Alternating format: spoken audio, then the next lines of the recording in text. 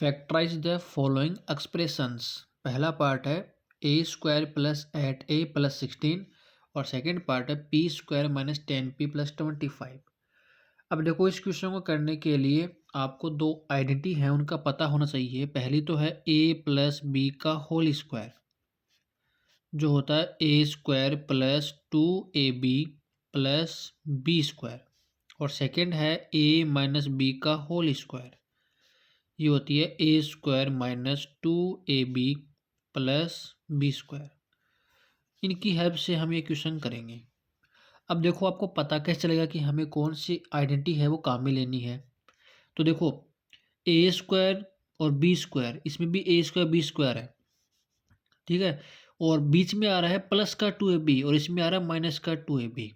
अगर हमें प्लस मिले तो हम ये वाली आइडेंटिटी काम में लेंगे। जैसे पहले वाले पार्ट में देख लो, आपको प्लस मिल रहा है यहाँ पे, ठीक है, और इसमें हमें मिलेगा माइनस, तो हम ये आइडेंटिटी काम में लेंगे। जैसे सेकंड पार्ट में हमें माइनस दिखाई दे रहा है यहाँ पे, ठीक है। तो इसका मतलब इस वाली आइडेंटिटी का यूज करके हम ये वाला क्वेश्चन कर लेते हैं पहले। अब देखो करेंगे कैसे इसको।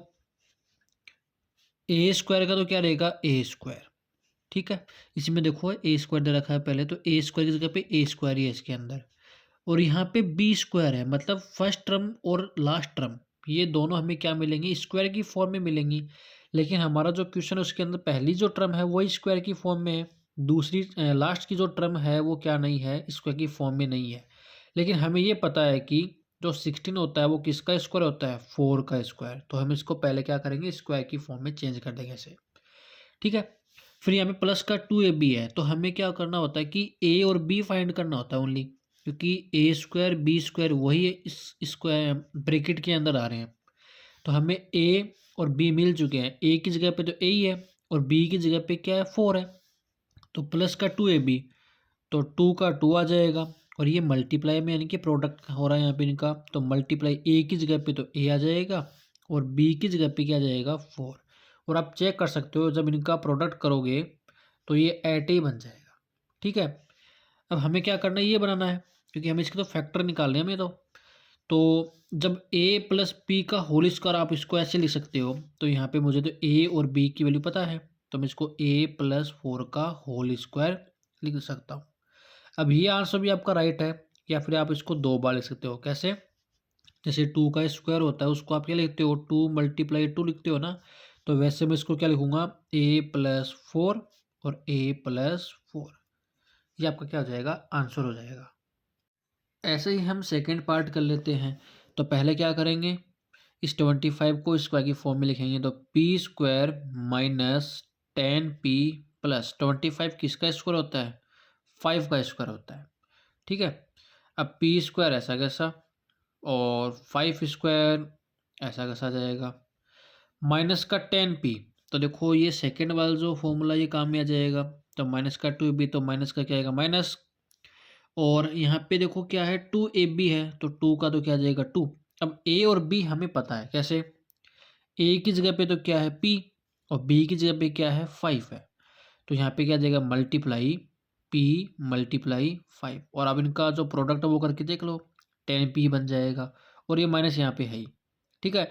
आप इस माइनस को देख के ही बताओगे कि हमें जो ये सेकंड आइडेंटिटी है ये काम में लेनी है। अगर प्लस आएगा तब फर्स्ट वाली काम में आ जाएगी, ठीक है। अब हम p और 5 यानी कि ये a है और ये b है, हमें तो a माइनस बी का होल स्क्वायर लिखना है। तो यहाँ पे क्या जाएगा, p माइनस 5 का होल स्क्वायर। अब ये आंसर भी सही है, या फिर इसको आप दो बार लिख दो, p माइनस 5 और p माइनस 5, ठीक है। नेक्स्ट पार्ट है 25m square plus 30m plus 9।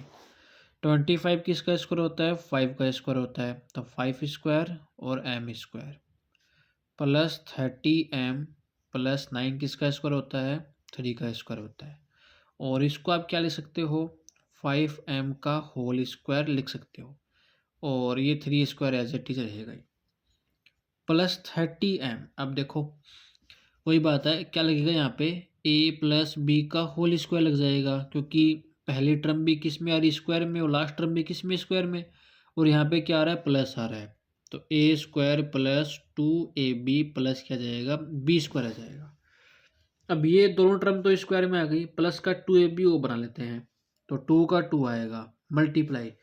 अब देखो यहाँ पे पहली टर्म जो होती है वो a का स्क्वायर होती है और लास्ट टर्म होती है b का स्क्वायर।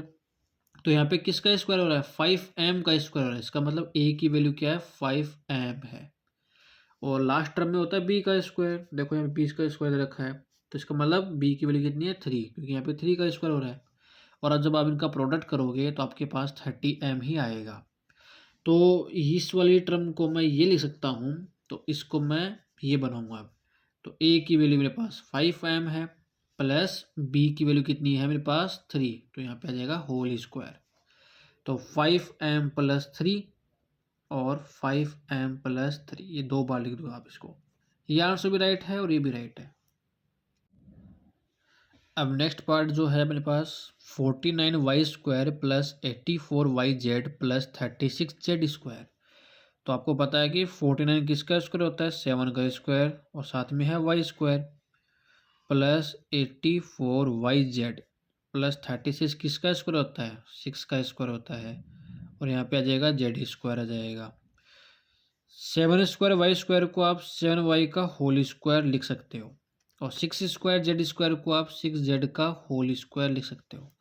और वही बात है, पहली टर्म भी स्क्वायर में है, लास्ट टर्म भी स्क्वायर में है, और यहाँ पे प्लस आ रहा है, तो इसका मतलब क्या काम में आएगा, a प्लस बी का होल स्क्वायर ही काम में आ जाएगा। तो अब 2ab वो बना लेते हैं यहाँ पे, तो प्लस का प्लस, 2 का 2 इंटू, अब आपको पता है कि पहले a का स्क्वायर होता है, तो a की जगह पे यहाँ पे 7y है, और लास्ट टर्म में किसका स्क्वायर होता है, b का स्क्वायर, b की जगह पे है 6z।